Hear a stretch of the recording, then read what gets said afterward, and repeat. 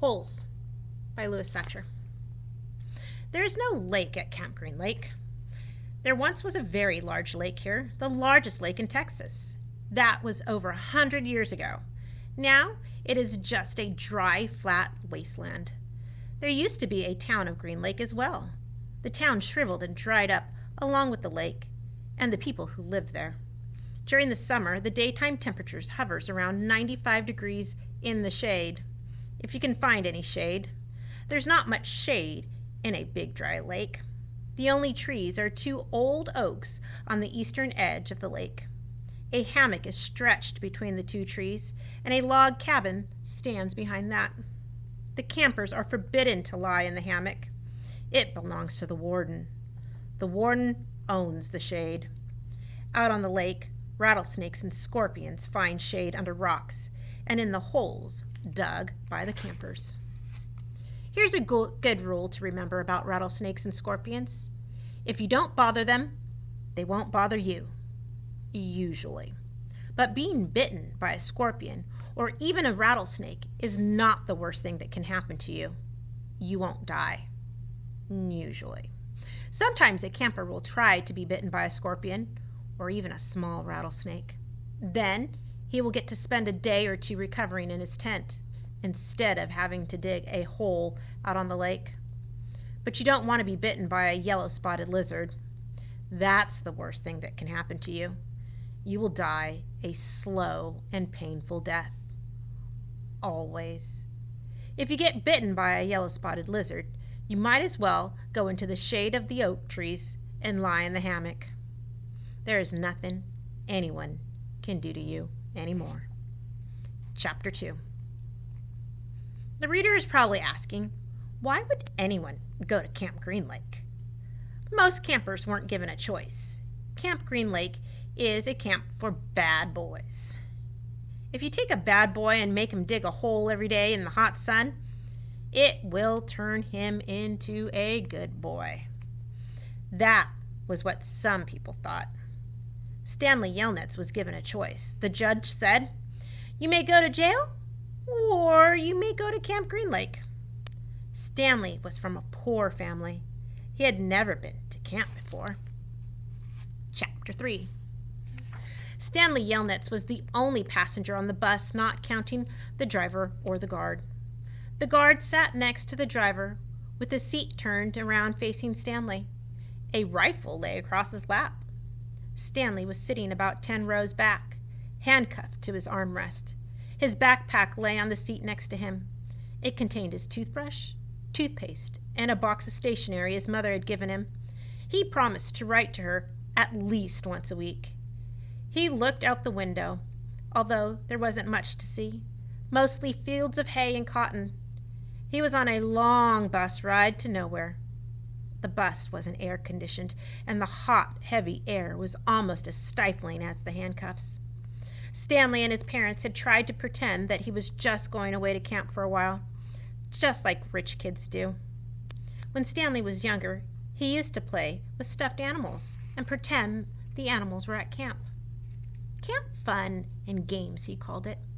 Sometimes he'd have them play soccer with the marble. Other times they'd run an obstacle course or go bungee jumping off a table, tied to broken rubber bands. Now Stanley tried to pretend he was going to camp fun and games.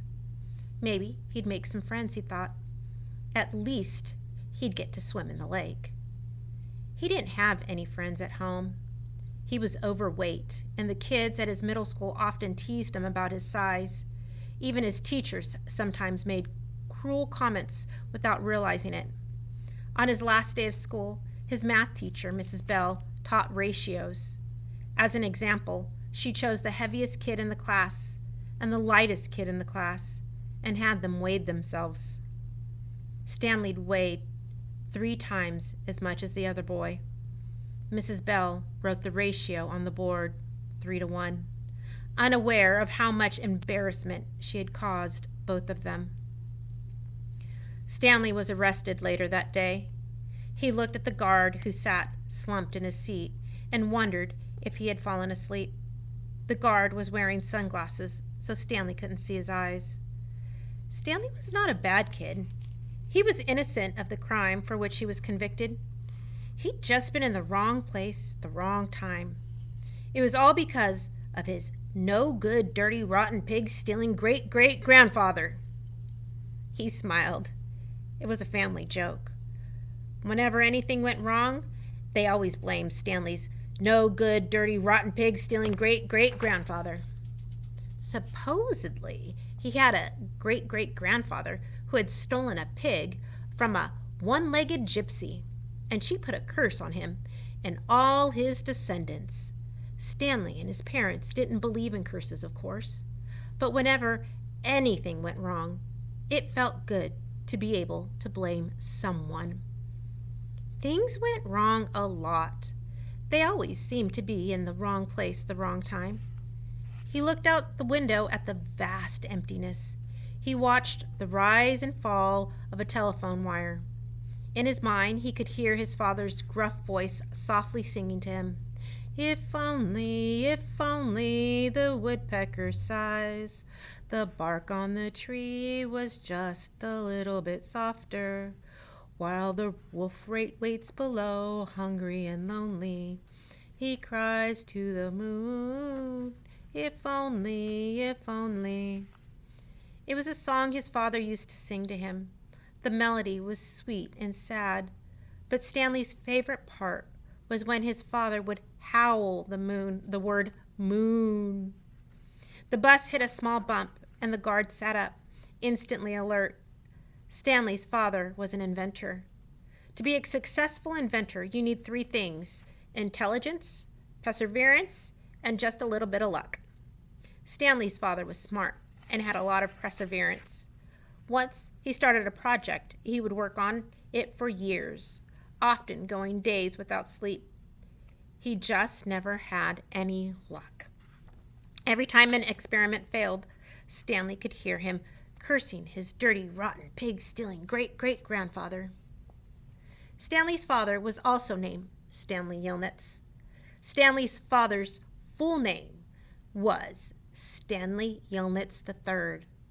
Our Stanley is Stanley Yelnats IV. Everyone in his family had always liked the fact that Stanley Yelnats was spelled the same frontward and backward, so they kept naming their sons Stanley. Stanley was an only child, as was every other Stanley Yelnats before him. All of them had something else in common. Despite their awful luck, they always remained hopeful. As Stanley's father liked to say, I learn from failure. But perhaps that was part of the curse as well. If Stanley and his father weren't always hopeful, then it wouldn't hurt so much every time their hopes were crushed. Not every Stanley Yelnats has been a failure, Stanley's mother often pointed out. Whenever Stanley or his father became so discouraged that they actually started to believe in the curse. The first Stanley Yelnats, Stanley's great-great-grandfather, had made a fortune in the stock market. He couldn't have been too unlucky. At such times, she neglected to mention the bad luck that befell the first Stanley Yelnats. He lost his entire fortune when he was moving from New York to California. His stagecoach was robbed by the outlaw Kissin' Kate Barlow. If it weren't for that, Stanley's family would now be living in a mansion on a beach in California. Instead, they were crammed in a tiny apartment that smelled of burning rubber and foot odor. If only, if only. The apartment smelled the way it did because Stanley's father was trying to invent a way to recycle old sneakers. The first person who finds a use for old sneakers, he said, will be a very rich man. It was the latest project that led to Stanley's arrest. The bus ride became increasingly bumpy because the road was no longer paved. Actually, Stanley had been impressed when he first found out that his great-grandfather was robbed by Kissin' Kate Barlow. True, he would have preferred living on the beach in California, but it was still kind of cool to have someone in your family robbed by a famous outlaw. Kate Barlow didn't actually kiss Stanley's great-grandfather. That would have been really cool. But she only kissed the men she killed. Instead, she robbed him and left him stranded in the middle of the desert. He was lucky to have survived, Stanley's mother was quick to point out. The bus was slowing down. The guard grunted as he stretched his arms. "Welcome to Camp Green Lake," said the driver. Stanley looked out the dirty window. He couldn't see a lake, and hardly anything was green.